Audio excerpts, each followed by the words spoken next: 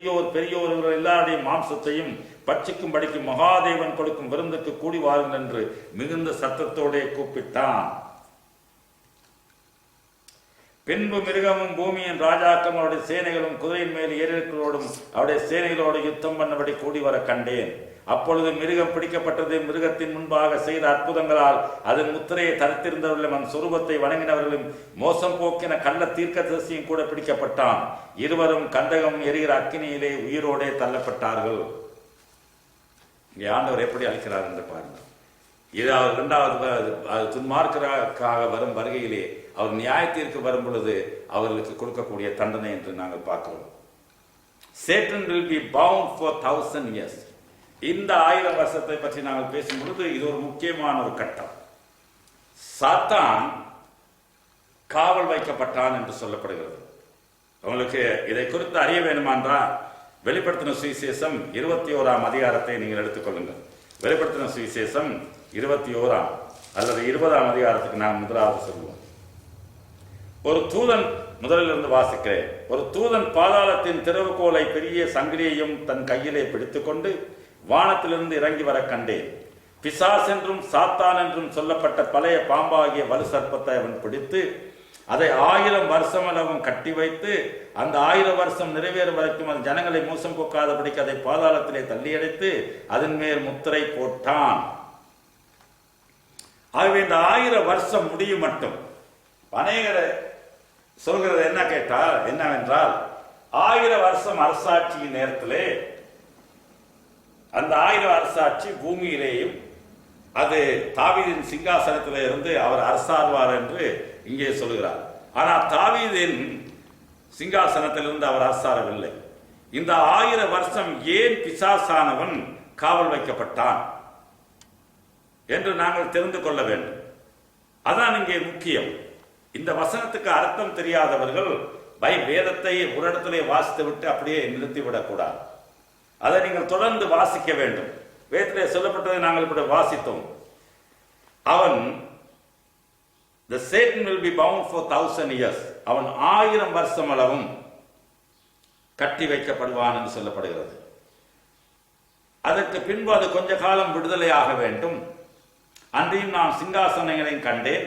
அவைகள் மேல் உட்கார்ந்திருந்தார்கள். நியாய தீர்ப்பு கொடுக்கும்படி அவர்களுக்கு அதிகாரம் அளிக்கப்பட்டது. இயேசுவை பற்றிய சாட்சி நிமித்தம் தேவனுடைய வசனத்தின் நிமித்தம் சிரசேதம் பண்ணப்பட்டவருடைய ஆத்துமாக்களையும் மிருகத்தையாவது அதன் சொர்வத்தையாவது வணங்காமலும் தங்கள் நெற்றியிலும் தங்கள் கையிலும் அதன் முத்திரையை தரித்துக் கொள்ளாமல் இருந்தவர்களையும் கண்டேன். அவர்கள் உயிர்த்த கிறிஸ்துவுடனே கூட 1000 வருஷம் அரசாண்டார்கள். இது எங்கே அரசாடுகிறார்? இது எந்த இடத்திலே? இதைத்தான் நாங்கள் தெரிந்து கொள்ள வேண்டும். அவர்கள் உயிர்த்து எப்பொழுது அவர்கள் உயிர்த்தார்கள்? கிறிஸ்துவின் 2வது வருகையிலே. அதற்கு முன்பு எங்கே உயிரடைந்தார்கள் என்று நீங்கள் சொல்லுங்கள் பார்க்கலாம்.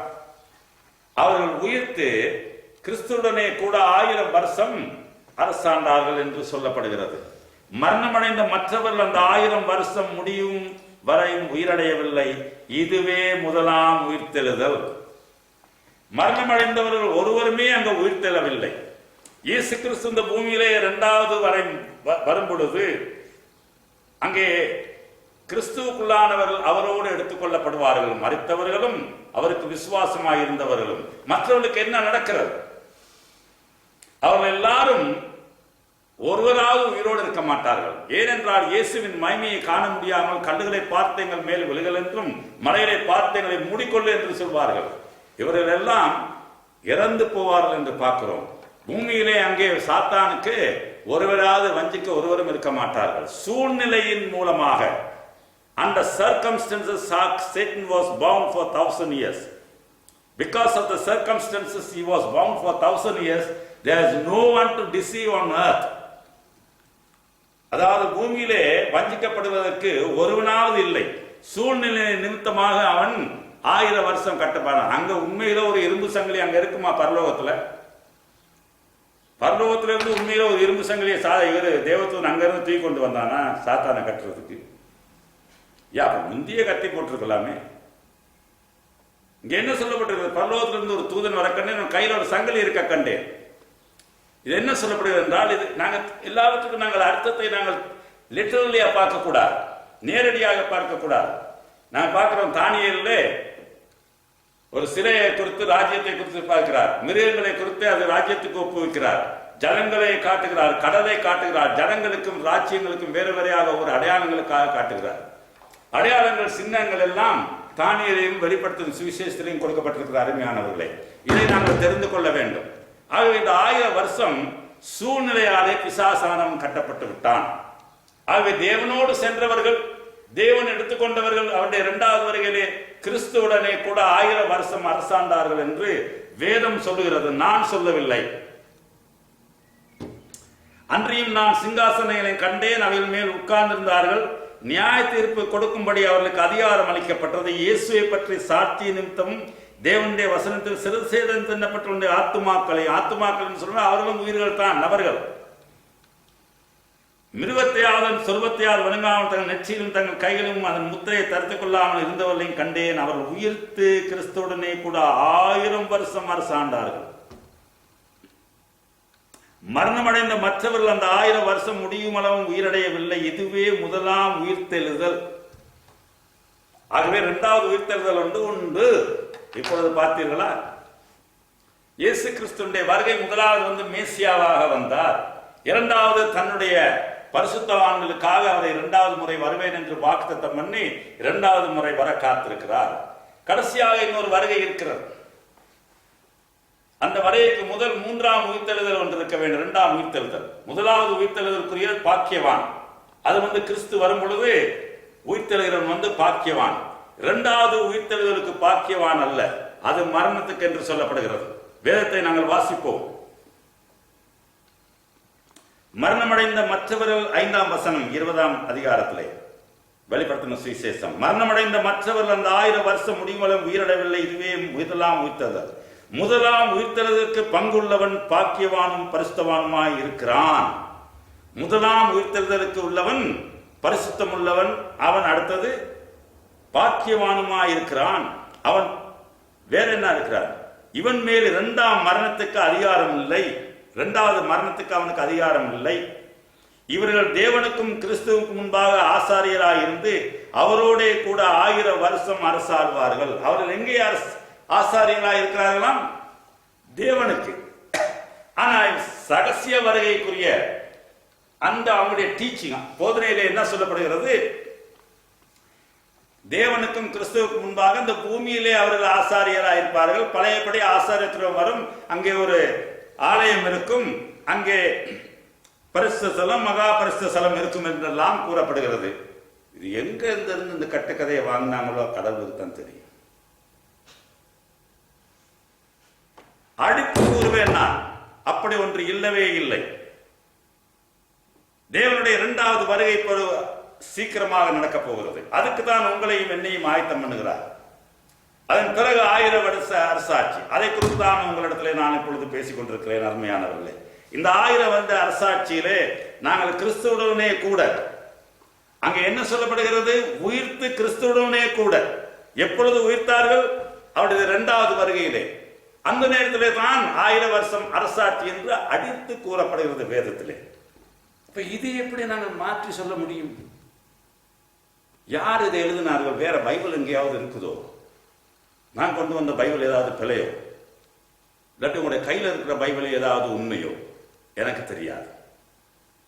வேதாகாமம் ஒன்றுதான், பரிசுத்த வேதாகாமம்.